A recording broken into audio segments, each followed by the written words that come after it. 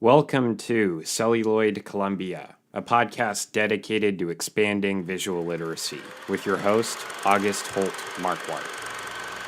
Sometimes reality is the strangest fantasy of all.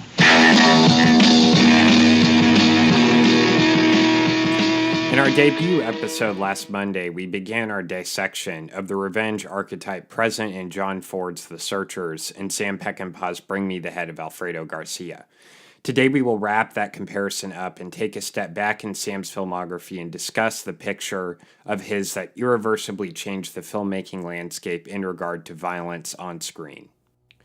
Last Monday, the final arc of the Western revenge archetype was identified.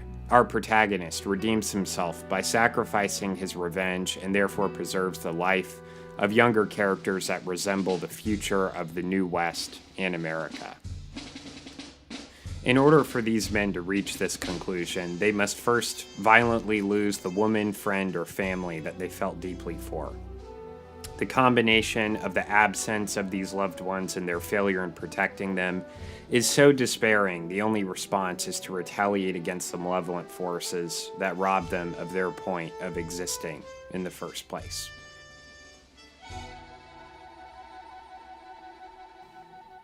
This could also be phrased as the quest of the slaying of the dragons. The journey is what counts in these scenarios, and eventually leads to what could be observed as the dark night of the soul. The dark night of the soul is unanimously characterized by various religions as a profound spiritual awakening, prompted by an event that creates a rapid sense of meaninglessness. For John Wayne's character, Ethan, the slaughter of Martha, his brother, and his niece and nephew by the Indians cause him to focus solely on the slaying of the dragons, which continues over the course of 5 whole years. For Benny of Bring Me the Head of Alfredo Garcia, there's a substantial difference in duration when compared to Ethan's journey, as the slaying of the dragons and the dark night of the soul occur for him simultaneously. Therefore, the audience experiences Benny confronting his internal desolation firsthand, and it is very, very hard to watch. The entire second hour of the film is dedicated to Benny's ongoing ramblings to Al Garcia's head, which is placed in an oozing sack accompanied by a couple chunks of dry ice.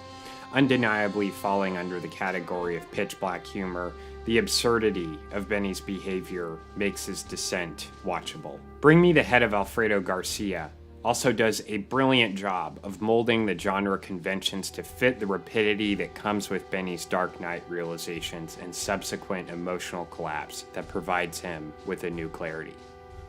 The Dark Night of the Soul invites you to deal with what was below the surface that you couldn't or wouldn't see before.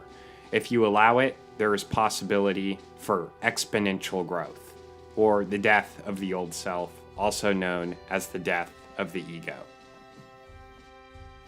Joseph Campbell, author of The Hero with 1,000 Faces, an extensive work on the monomyth, mono meaning one, explores the idea that all mythic narratives derive from a single great overarching story. Campbell's summary of the monomyth reads, "A hero ventures forth from the world of common day into a region of supernatural wonder. Fabulous forces are there encountered and a decisive victory is won. The hero comes back from this mysterious adventure with the power to bestow boons on his fellow man." Campbell laid out this journey in steps that make up stages. The first act or stage, departure, involves the hero's separation from the familiar through a call to adventure. This is initiated through the herald, which typically manifests as an ambiguous supporting character whose unforeseen desires communicated to the protagonist catapult him or her into a state of self-analysis and subsequent awakening.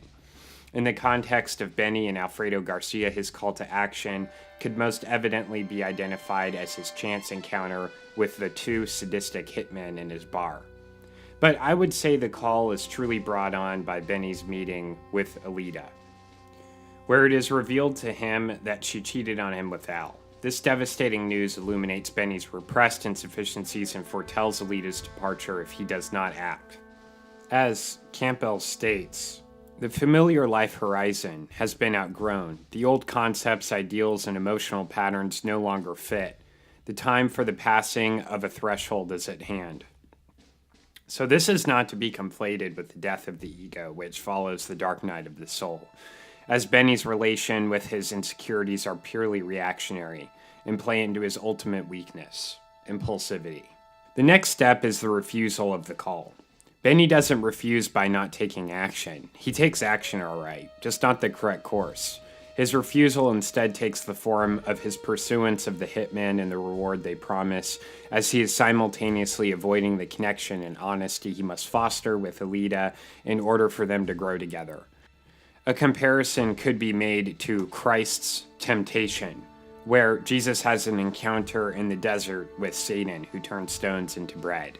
Of course, Benny is entirely susceptible to what evil presents him with, due to his long ingrained expedient nature. When Benny scrambles to Alita's rescue during the biker assault scene, only to find her locking lips in a passionate fashion, Benny's sense of inadequacy peaks.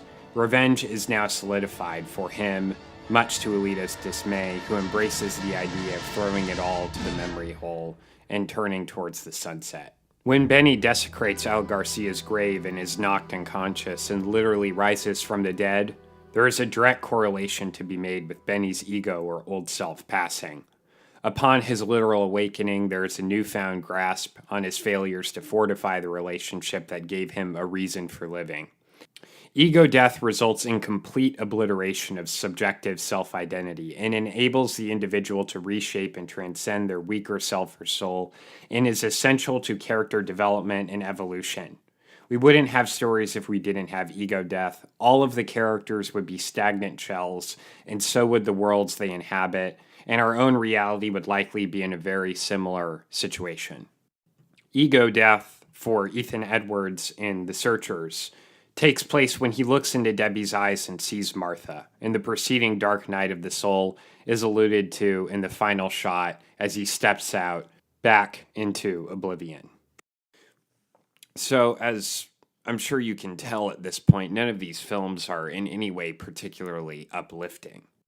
However, Ford's ability to contrast Ethan's torment with the fantastical VistaVision scenery is a brilliant showcasing of his ability to test and engage the viewer differently.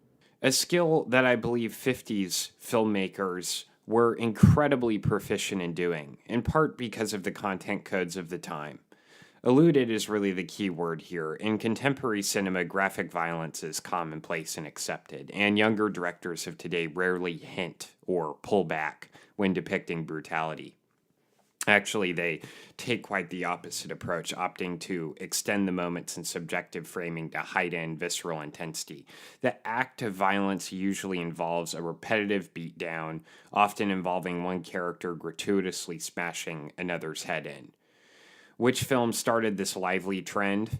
I think you could point to Nicholas Winding Refn's 2011 film Drive, starring Ryan Gosling, Carey Mulligan, Albert Brooks, Oscar Isaac, Ron Perlman, and the great Bryan Cranston. Refn's scene is really, it is an impeccable demonstration of combining extreme love and hate into a climactic head smash on the part of Gosling's character, Driver. There's a lot of emotion behind it, though, and in a way you can justify it because of the buildup. So, and I've witnessed these cheap plastic retreads of this scene dozens of times in films since, and especially in the last 5 to 6 years, and I'm usually left feeling nothing, and that's really not good. The last thing you should be feeling after violence with such an unrelenting level of barbarity is detachment or indifference. Younger filmmakers, when dealing with violence, are now looking to one-up each other, and that is why violence has and is moving farther and farther away from truthful character decisions. And it's separated from the reality of the story and has turned into a game for the filmmaker, testing how much they can press on the accelerator before the lights start flashing behind them.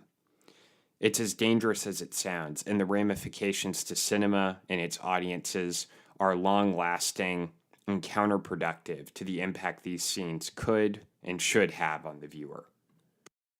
Which leads me to think that Ultimately, American filmmakers need their own dark night of the soul when it comes to how they'll continue to portray violence in their work, primarily for the sake of their film's individuality. It is now a regressive trend waiting to be broken by a thoughtful director who is concerned with using the extremity of violence to speak on a matter of higher purpose. Period.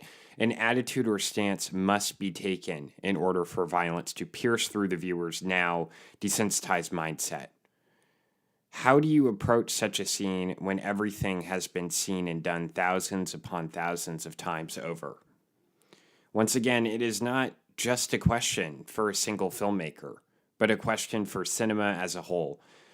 And with that in mind, I want to talk about the film that I believe really started the trend of ultraviolence in American cinema. Where did our obsession with bloody demise begin?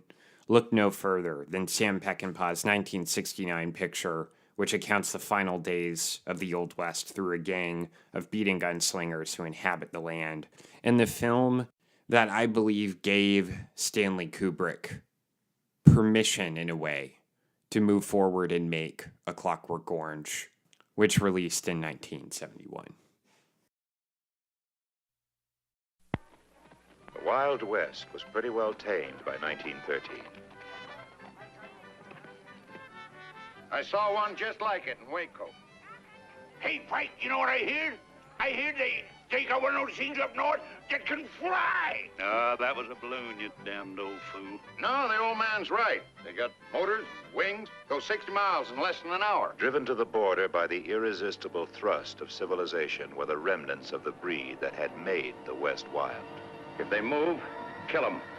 The payrolls were harder to get at.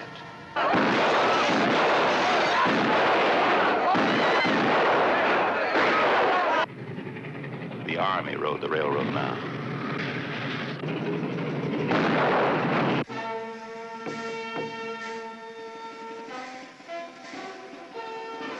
But there were still a few trails for the kind who'd be cold before they were tame. They called them the Wild Bunch.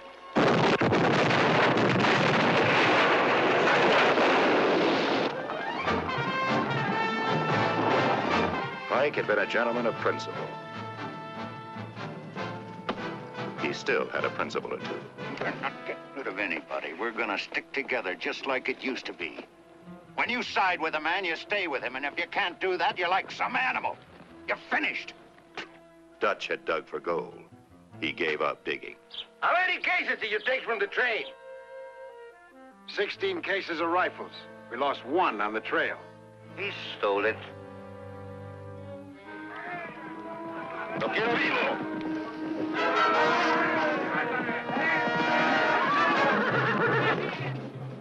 Thornton should have been a lawyer.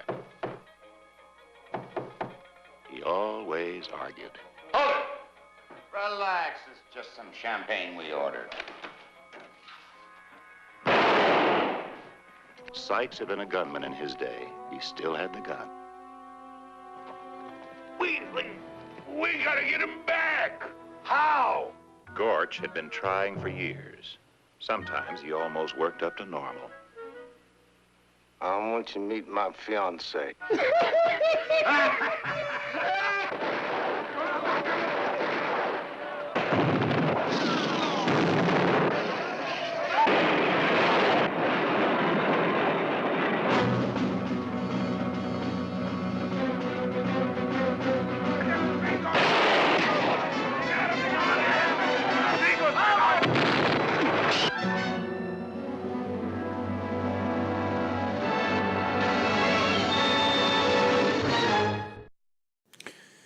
So, why was The Wild Bunch a revolutionary piece of cinematic art? It is a more nuanced answer than the obvious finger pointing to the blood-drenched finale. The reason for The Wild Bunch's success extends into a thick gray. It was one of the first films of the new Hollywood era to take a stance towards depicting violence with no clear moral lines drawn in the sand.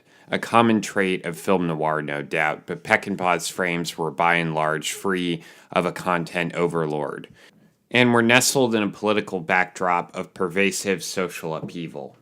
The immediate impacts that the Wild Bunch had on American cinema were nothing short of glorious. Peckinpah placed William Holden in the lead slot as career criminal Pike Bishop, a daring move similar to Ridley Scott's casting of Harrison Ford as Rick Deckard in Blade Runner, released in 1982, who was seen as America's do-no-wrong adventurer at the time.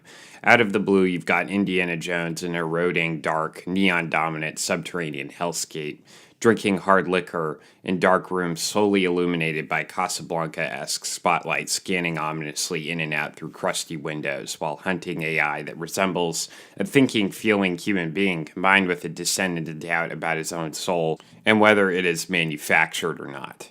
This is probably the main reason why Blade Runner struggled at the box office. Audiences had lightened up in the early 80s and weren't comfortable with the Deckard character because of the drastic transformation of Ford's persona. Deckard is a lone wolf and a loser, and he doesn't play well with others, and to be fair, maybe shares some DNA with Han Solo in that respect. Will Holden's performance as Pike Bishop hit similar notes as the Ford Deckard role. Holden, who was essentially morality personified, shocked viewers with his switch up into a dangerous gunslinger with anachronistic ideals, to say the least. And this is one of the aspects of the Wild Bunch that I adore. The combination of the traditional Old West hero, i.e. Holden, who moves out of the horse soldiers' territory into Nixon-era nihilism while still maintaining the mystique of the Old West. It doesn't take much to gain respect for Holden as a performer after checking this one out, and I really recommend it if you haven't seen it in some time, or at all. And it's actually a really interesting story on how the film came together in the first place. Sam Peckinpah was in a tumultuous state in the mid to late 60s after numerous verbal sparring sessions with producers in order to instill creative control on his 1965 production Major Dundee, and then his subsequent firing from the Cincinnati Kid, which was turned over to Norman Jewison, great director. Noon Wine was a show Peckinpah created and directed in 1966, so right after Major Dundee, and it gains a surprising amount of steam with audiences, and Warner Bros. Execs Phil Feldman and Kenneth Hyman basically lifted Peckinpah back up on his feet to write and direct The Diamond Story, which later became The Wild Bunch after fellow screenwriters Waylon Green and Roy Sickner were brought on. And it's important to note that The Wild Bunch was designed to beat out 20th Century Fox's Butch Cassidy and the Sundance Kid. The studios were looking for bullets and blood between the pages of their scripts, especially after Bonnie and Clyde's release in '67. And you could also draw the comparison that Bonnie and Clyde was Peckinpah's permission to engage with his brand of violence on screen. The Wild Bunch was maybe the greatest of the late 60s New Hollywood films, at least for me, right alongside Reflections in a Golden Eye and Who's Afraid of Virginia Woolf. The way in which Peckinpah utilizes his frame rates and camera setups allowed for an experimental editing never seen before in the history of film. Not really. I mean, you could draw comparisons for sure with Jean-Luc Godard's Breathless, but basically he ran cameras at 24, 30, 60, 90, and 120 frames per second and intercut between all five at once. And this technique was something that Peckinpah developed after a stint in the Marine Corps in China, where his own life was saved by a fellow soldier who jumped in front of a sniper round intended for him. Sam described the moment as if all time slowed nearly to a halt. Every little detail of death revealed itself to him. A scene that would play out throughout his filmography hundreds of times over.